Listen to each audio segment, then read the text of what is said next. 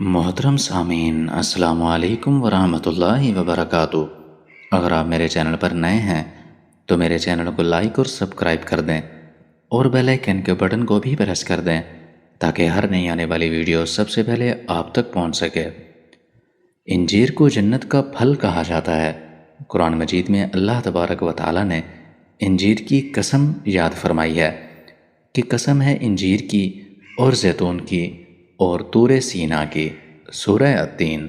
یہ کمزور اور دبلے لوگوں کے لیے بیش بہا انجیر جسم کو فربا اور سڈول بناتا ہے، چہرے کو سرخ سفید رنگت عطا کرتا ہے۔ انجیر کا شمار عام اور مشہور پھلوں میں ہوتا ہے۔ بھگوڑی انجیر کو بنگالی میں آنجیر، عربی میں تین اور انگلش میں فگ، یمنی میں بلس، سنسکرت ہندی نعمت ہے۔ یہ مراٹھی اور گجراتی میں انجیر اور پنجابی میں ہنجیر کہتے ہیں۔ اس کا نباتاتی نام فیکیریا ہے۔ عام پھلوں میں یہ سب سے نازک پھل ہے اور پکنے کے بعد خود بخود ہی گر جاتا ہے اور دوسرے دن تک محفوظ کرنا بھی مشکل نہیں ہوتا۔ فریج میں رکھنے سے یہ شام تک پھٹ جاتا ہے۔ اس کے استعمال کی بہترین صورت اسے خشک کرنا ہے۔ اسے خشک کرنے کے دوران جراثیم سے پاک کرنے کے لیے گندھک کی دھونی دی جاتی ہے اور آخر میں نمک کے پانی میں ڈبوتے ہیں تاکہ سوکھنے کے بعد نرم اور ملائم انجیر کھانے میں خوش ذائقہ ہو۔ اس لیے ہر عمر کے لوگوں میں اسے پسند کیا جاتا ہے۔ عرب ممالک میں خاص طور پر اسے پسند کیا جاتا ہے۔ ہمارے ہاں بھی بکثرت دستیاب ہے اور اسے ڈوری میں ہار کی شکل میں پرو کر مارکیٹ میں لاتے ہیں۔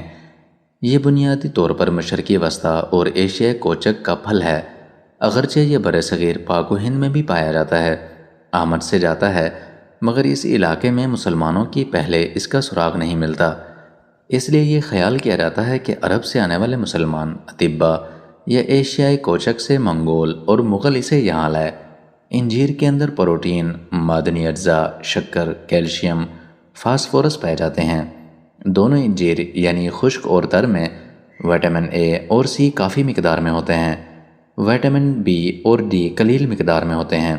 ان اجزاء کے پیش نظر انجیر ایک مفید غذائی دوا کی حیثیت رکھتا ہے، اس لیے عام کمزوری اور بخار میں اس کا استعمال اچھے نتائج کا حامل ہوگا۔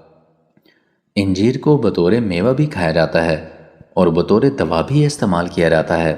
یہ قابل ہضم ہے اور فضلات کو خارج کرتا ہے، مواد کو باہر نکال کر شدت حرارت میں کمی کرتا ہے، جگر اور تلی کے سدوں کو کھولتا ہے۔ انجیر کی بہترین قسم سفید ہے۔ یہ گردہ اور مثانے سے پتری کو تحلیل کر کے نکال دیتا ہے، زہر کے مضر اثرات سے بھی بچاتا ہے۔ انجیر کو مغز بادام اور اخروٹ کے ساتھ ملا کر استعمال کریں تو یہ خطرناک زہروں سے محفوظ رکھتا ہے۔ اگر بخار کی حالت میں مریض کا منہ بار بار خشک ہو جاتا ہو تو اس کا گودا منہ میں رکھنے سے یہ تکلیف دفع ہو جاتی ہے۔ اس کو نہار منہ کھانا بھی بہت ہی زیادہ فوائد کا حامل ہے۔